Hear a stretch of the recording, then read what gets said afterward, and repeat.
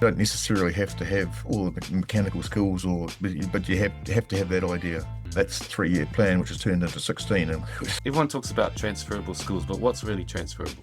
she basically said, "You got 12 months. And if it's not going to happen, mate, you're going to find a real job." Getting into it, it's not as easy. It's been a real tough road. I mean, the first 12 months of us starting up was pretty much what you'd call a midlife crisis. What advice would you give to a young athlete about networking, and how have you done that so successfully? You get asked your whole career, what are you going to do after rugby? What are you going to do after rugby? And as much as you try and give an answer, I quite often just felt like saying, I got no fucking idea, mate. Mate, I appreciate you jumping on, man. I know you're a busy man these days, taking D3 global, right? Yeah, that's the plan. Wow, Yeah. that's pretty exciting, man. So whereabouts are you kind of distributing around the world at the moment? We've UK, Europe, US, Yeah, South America, South Africa. yeah.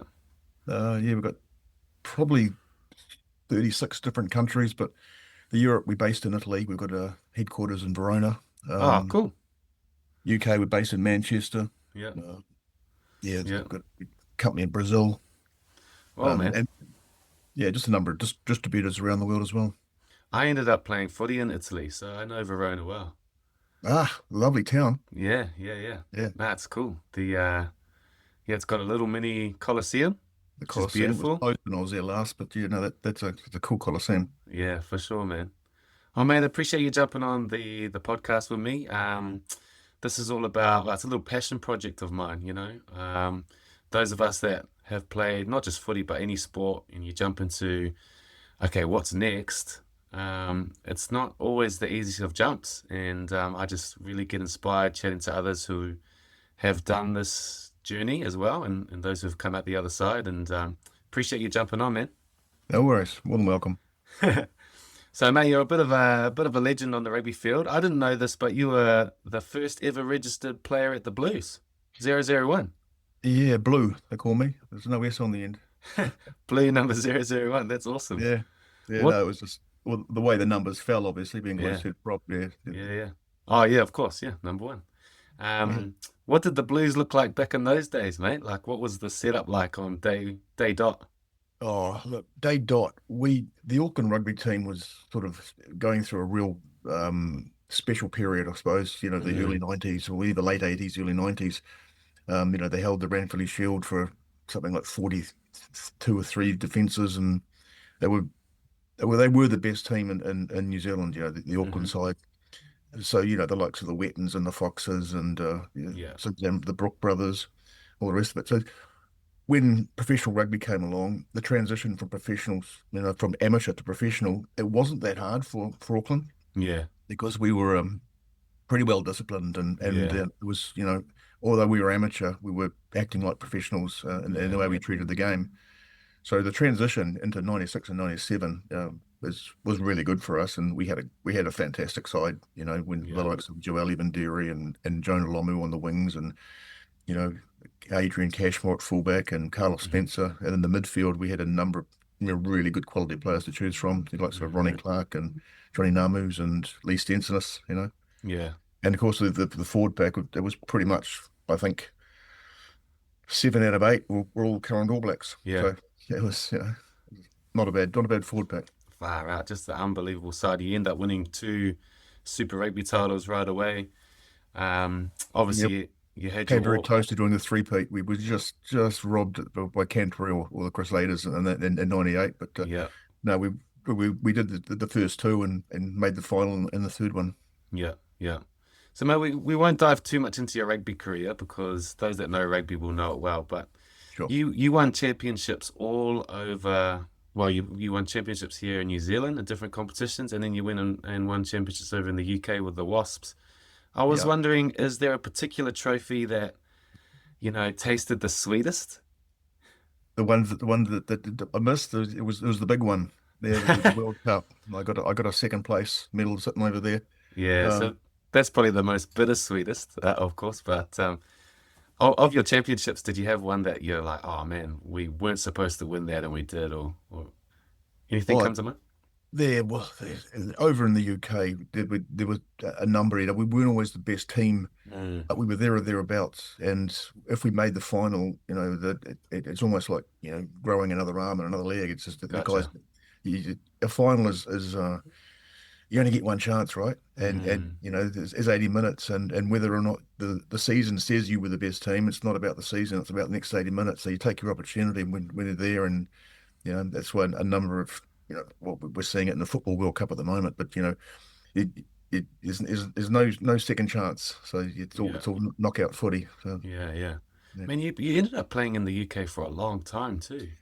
yeah. I end up getting about 115 caps for Wasps. So I Unbelievable. almost sort of reinvigorate my career. I just it was a fresh start, and I love the environment, and Mm, yeah, it was good rugby, and the thing for me at that age, I had a young family, so yeah, the UK, you jump on a bus, you go and play anywhere in the UK, and after the game, you're on the bus and you're home again. So true. it's not like Super Rugby where we're over in South Africa one week and then we're Yeah, over to Australia, and there's a lot of time away from your family. yeah, yeah. Man, I'm not great at maths, but I reckon at least well over 300 like first class games.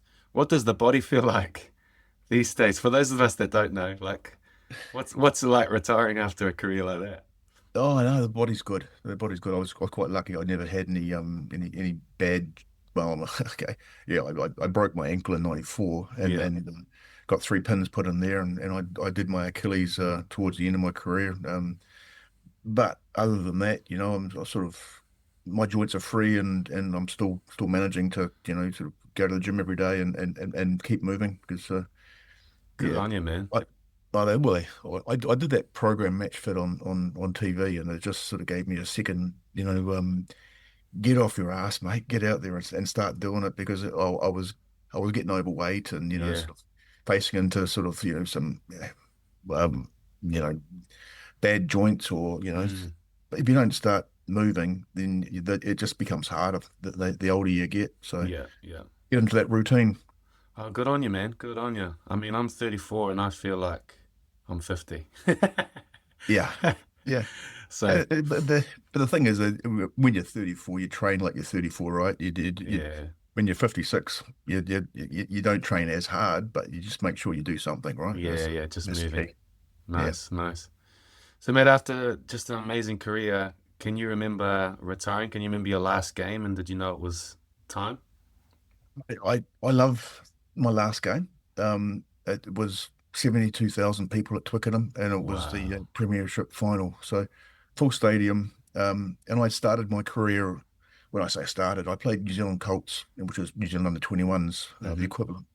In 1990, we had this English lock who made the team called Martin Johnson. Wow. A lot of people realise, but Martin Johnson played for New Zealand in the junior grades, New Zealand Yeah, Colts.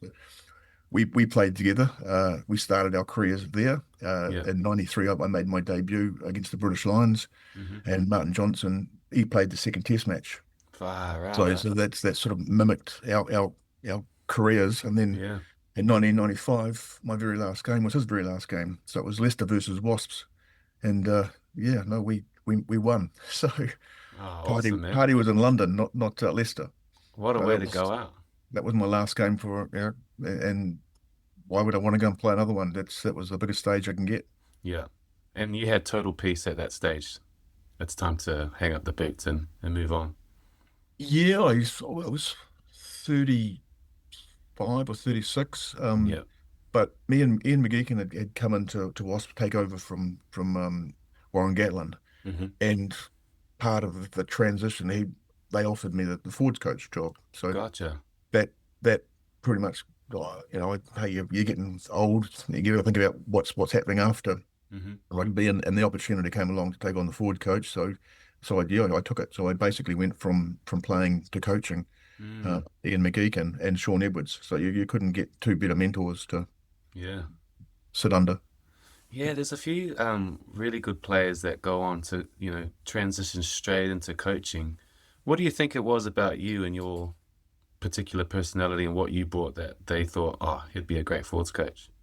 Yeah, I see. I turned up at Wasp at 31 years old. So Mm. and they were a relatively, I wouldn't say young side. They had you have your professionals, and then you have your academy, and Yeah. players coming through. I pretty much came into Wasps as an elder mentor to all these young players coming through, Hmm. and even the whole time I was there while I was playing, I was helping out with the academy side, and sort of doing the coaching role there anyway. So a Mm. lot of the players, like James Haskell, for example, was a Yep. 17-year-old kid when I started there, and Cool, man. I sort of transitioned him into playing. So I had a lot to do with some of these young guys coming through. Yeah. So it was very easy for me to, when they were in the top team, Yeah. to move into that forward coach role. So Yeah. yeah, You enjoy coaching? Like, did it light you up? I enjoyed being the assistant coach because you can never Interesting. take the blame, and you thing is, like, when you're a forward coach, you know pretty much as you'd know playing lock. You know your lineouts, you know your Mm. scrums, you know your set piece, and you get your set piece right in the game, then basically everything falls into place, right? So Mm. that was that was enjoyable for me.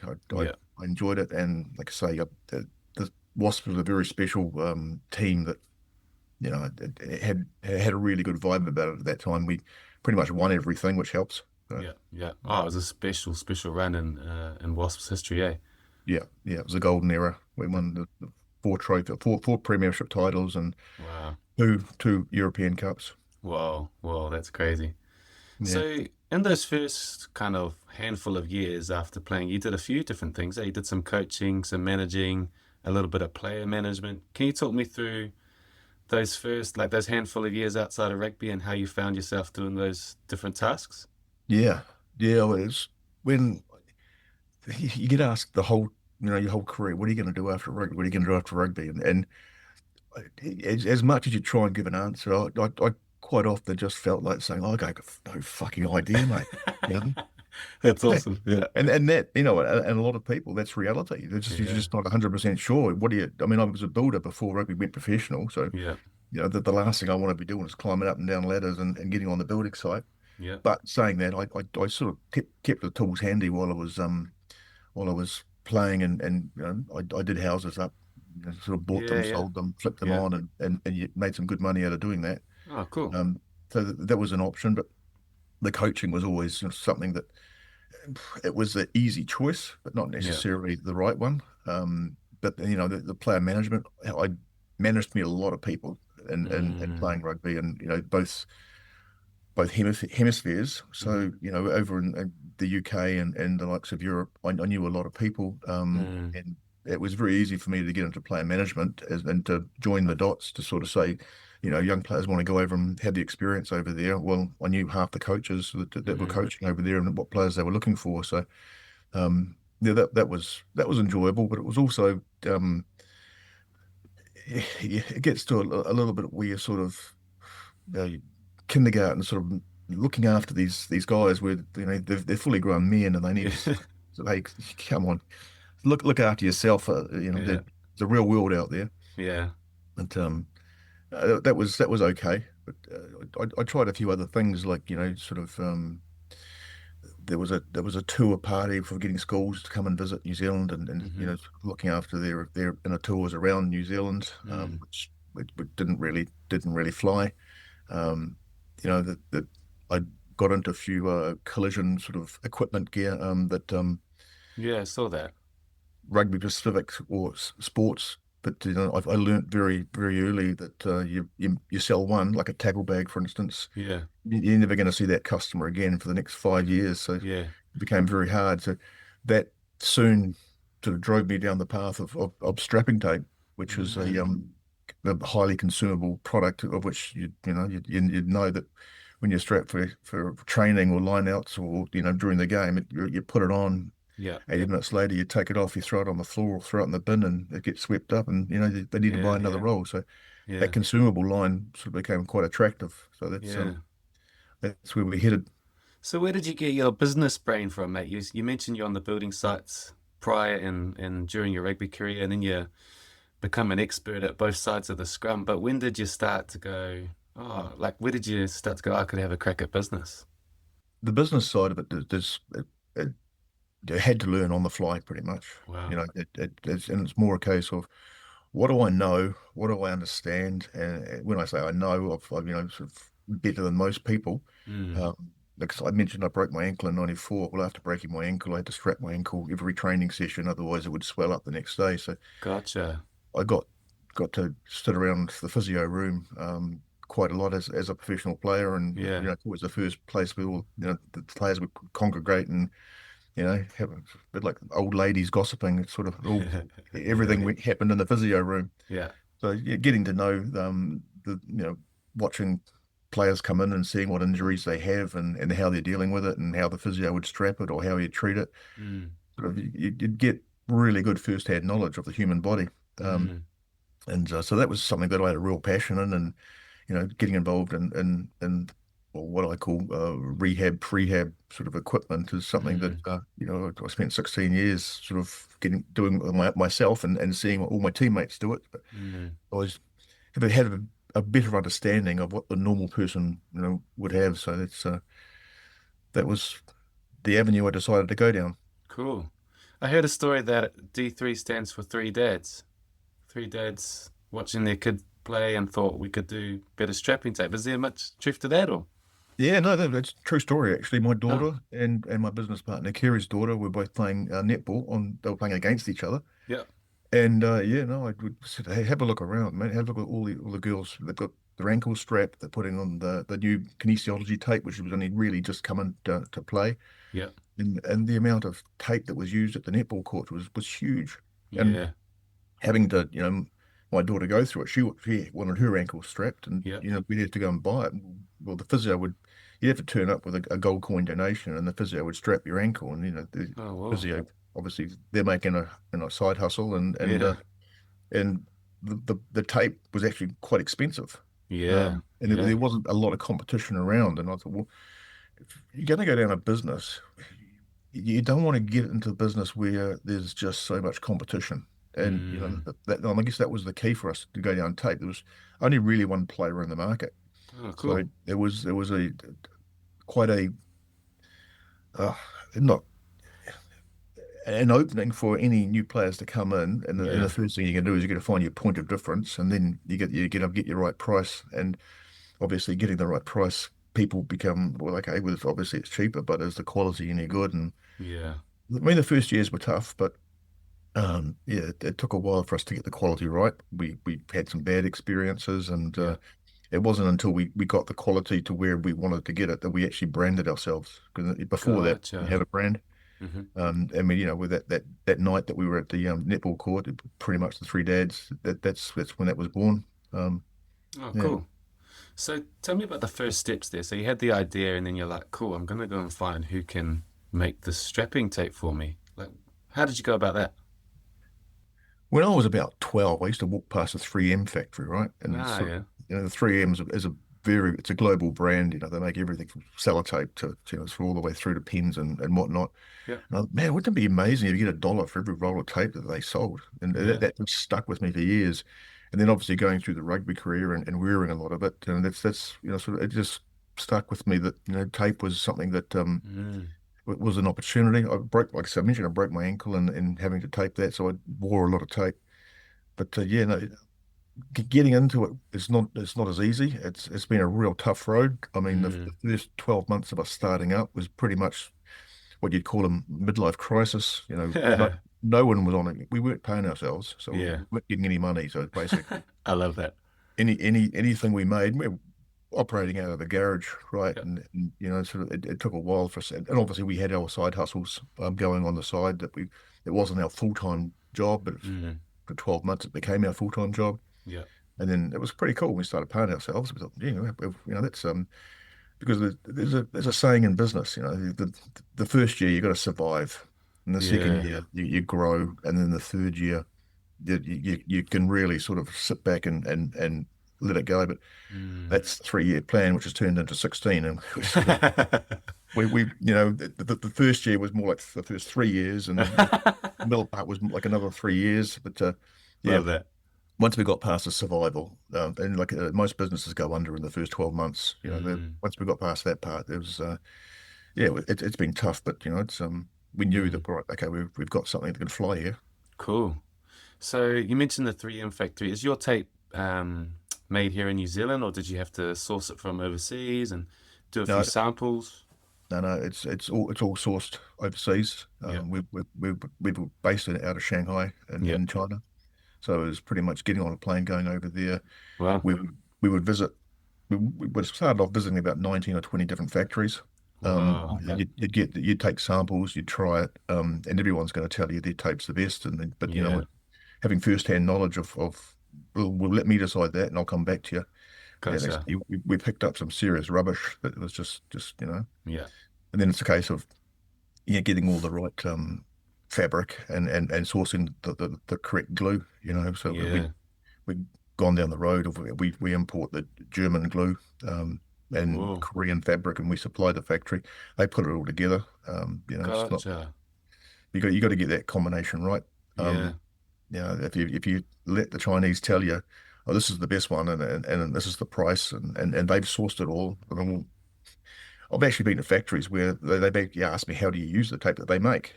They've never seen it. They just make it, and they give it to Yeah. suppliers, but they've never actually seen how it's used. Whoa, that's amazing. Yeah, That's yeah, amazing. Man, that's so interesting. So if someone like let's say we had a young athlete listening to this or someone even near the end of their career thinking, oh, I want to start a product type business, what yep. do they need to know? Like what's everyone talks about transferable skills, but what's really transferable? Well, they got to understand. Well, if they've got a good idea, right, and a good idea is the first thing. Mm, And then making turning that into a plan. A good product is something that everyone's looking for. What's the mm, big thing? And hmm a great place to start is going to expos. I mean, what we did is we went to the Canton Fair, and we've been to expos around and seen what is everyone else looking for? Because everyone at that expo is looking for another good idea, they're being made all the time. mm, But if a player at the end of his career thinks I'm I've got this product that I want to be able to make, then it's getting made for you. mm. So you don't necessarily have to have all the mechanical skills, but you have to have that idea. Have Uh, that idea. Mm, and bringing it to market that's not hard. It's actually a lot easier than most people think, but it's actually means you're going to have to get out of your comfort zone, and you're going yeah. to have to get on a plane, and you're going to have to go and front up to the manufacturers and share them your plan, your Mm, vision. mm. That's interesting. So you had a great idea, and then in terms of initial investment, you had to fly over to China and make that happen. And then, what did you have to kind of sacrifice to start with? You mentioned you didn't pay yourself for a year. Yeah, no, And it was our first order was probably $10,000. But well, actually, no, we started with Rebel Sport. I went oh to yeah, Hamish McKenzie at the time, the buyer there, um, with an idea of tackle bags. So we made the first Rebel Sport tackle bags, gotcha. and it had written on the tackle bag, basically, you keep your shoulders up. Basically, instructions for mum could hold the tackle bag in the backyard, and they could actually read the instructions on the tackle bag to tell the kid, right? Ah, And genius. and Yeah. and we had sort of markers on there to where to target, and it was really well, really well. I mean, every Rebel Sport bought what 20 Mm, odd bags, and there were 32 Rebel Sports at that time. So that started us, and then we mm, realized soon after that there's not going to be a lot of new orders coming through, because once we've sold a tackle bag, they'll last for 5 years, and so yeah. you're not going to sell another one. Yeah. The That gave us the bankrolled us. It gave us the cash to go and invest into tape. So that gave us the head start. But then every roll of tape we'd sell, we'd get money, and then go and buy more. So it was a case of we Yeah. the money was compounding, right? We sort of Gotcha. had to make sales to sort of reinvest back into the business. So it was a cash flow squeeze to begin with. We didn't have a lot of cash, but then again, you needed to grow sort of Mm, slowly, and well, not slowly, but you needed the orders before yeah. we don't want to have strapping tape sitting on a shelf, right? We No. want to have buyers waiting for it and it going out the door pretty quickly. Yeah. How did you fund yourself through that time? Through yourself and your family through that first year or so?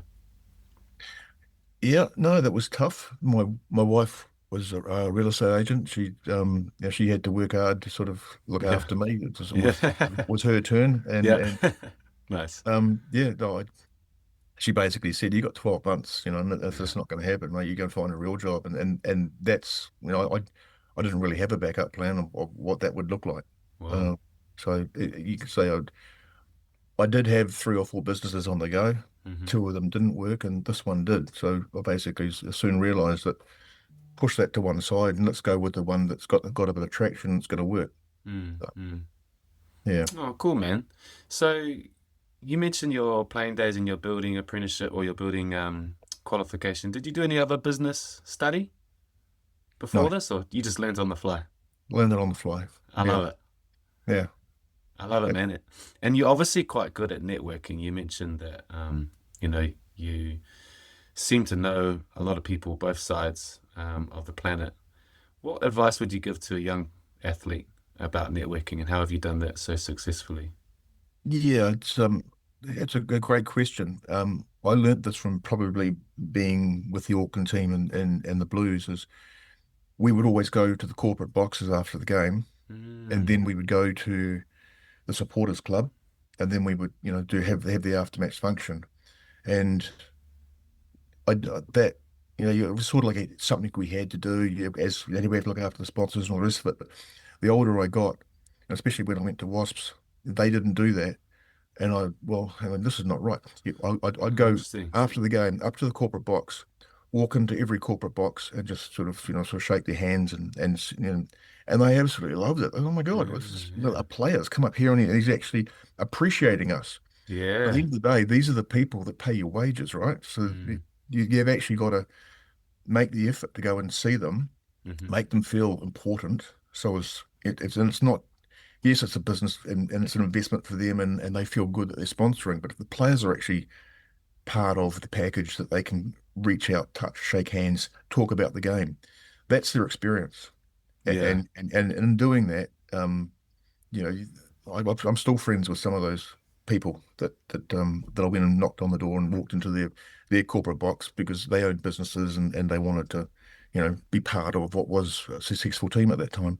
And I guess that's the transferable skill that you can take away when you get in the real world, you know, Mm, dealing with people, making them feel special, making them feel like you're not the star and your my presence is if they should bow down to me. It's mm. almost the other way around. And Where do you think that comes from for you? Does that come from your upbringing, that you felt like you were never above or below? yeah, I think I like the saying humble beginnings because I'm a West Auckland boy that wasn't born into money or Mm, anything like that, and just basically my parents taught me to my dad always the best thing he ever taught me was a firm handshake, yeah. and your handshake is your word, and I guess that's the foundation of just about everything else that goes along with it. If polite manners, you expect people to treat you the way that well you treat them. But Mm. yeah, Oh, that's awesome, man. It's really cool to see the success of D3. I remember probably like 10 years ago when I was like starting to play for North Harbour, that I just remember the very beginnings of this brand, yeah, you'd see it in the physio room or whatnot. You go, oh, what's that? That's cool. yeah. So to see what it's become now is awesome, man. When you look at the success of D3, for you, for yourself personally, what do you put it down to? Why did this business succeed and the others didn't? Or I what would you think say? that yeah, there's probably a couple of answers to that one, but I'd go right back to day one and what's our point of difference? Mm, Because there are a lot of strapping tape brands out there, but why are we different? And I think we chose the sporty look, obviously the packaging that is put in, given it a brand which black and orange and adding to it a bit of character. mm, We consider it to be fun and funky and slightly rebellious, mm-hmm, and just having that DNA that I sort of watched a clip on YouTube years ago about a salesman selling a pen, Mm. You know, and what's the difference between, this pen to any other pen? Yeah. And the salesman basically said, well, no, look, put this in your hand. This pen is designed to fit into the palm of your hand. It feels good. Look at the ink just come. And all of a Yeah. sudden, these few words, he's turned a boring pen into Yeah. that I've got to have that because it's Yeah. Yeah. made for me. It's actually it's just exactly what I need. It fits. It's part an extension of my body, Mm-hmm. and making people feel that that's what they have to have it. Yeah. And I guess I suppose that D3 point of difference is we're an accessory to your body, right? It's Mm. it's, the God's given you this tool, and you use it the way you want to use it, but Mm. we're just a roll of tape that actually can help you and help your body perform to Mm-hmm. the best ability you can do it. And I guess that sort of connection is something that we've sort of been pushing a little bit and trying to spell out. And Yeah. again, I guess it's been 16 years old, like you mentioned, 10 years ago. A lot of youngsters now in sports have grown up with D3. It's the only brand they've ever known, Yeah. and it's their go-to brand. So Yeah. yeah. It's so cool. It's such a rock solid business plan, and you guys obviously nailed it. If anyone's listening and they have an idea, um, what have you mentioned you learnt on the fly, but what advice would you give them about building out a business plan and a marketing scheme and that sort of thing?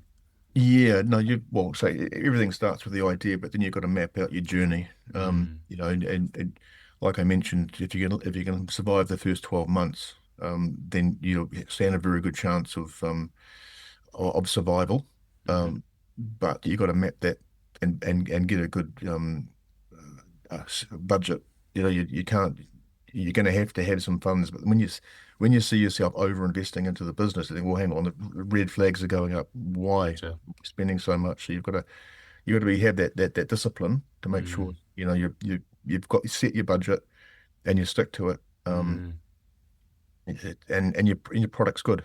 At the Yeah. end of the day, you've got to have faith in your product, and if that's half the battle. If you know your product's good, then people are going to want it. Mm-hmm. But also you've got to watch out for the sharks out there. You Yeah. can go in with a product, but it's not as good as somebody else's product, and they can cut your lunch pretty Yeah. quick. Yeah. Yeah. Yeah. Hard out. There's a lot of emotion in business, eh? And I think even yourself saying like, "Cool, I didn't have a plan B." There must have been a lot of emotion attached to making sure this thing Well, it's not succeeds. so, not so much I didn't have a plan B. I had probably a plan F, Yeah. A, Yeah. and Yeah. H. If this hadn't have worked, then I would have done something else. Like I said, I had three businesses going at the same time, Mm-hmm. and I was just waiting for one to get the traction. And I guess that's a Whoa. bit like fishing. You sort of Yeah. you nibbles and you lose your bait, right? Okay, you Yeah. rebait it, you put it back in there, and you wait for the big one to come along. But when you get that hook, you Yeah. make it work. Man, that is awesome. Bro, I really appreciate you sharing that story, and I know that that will encourage others for sure. One last question for you, Craig. What's next for D3? I see you're going global, but what's on the horizon? Uh, Growth as such. I've just come back from Philadelphia. We were at the Whoa. National Athletic Trainers Association over there, which is they have trainers which we call physios, but they're sort of not as qualified as a physio, but they call them the trainers, which do all the strapping and they do all of the rehab and prehab for Mm. a large number of universities and professional sports teams and the colleges over there. So we've just been there, and I suppose our biggest growth target is to grow the US market.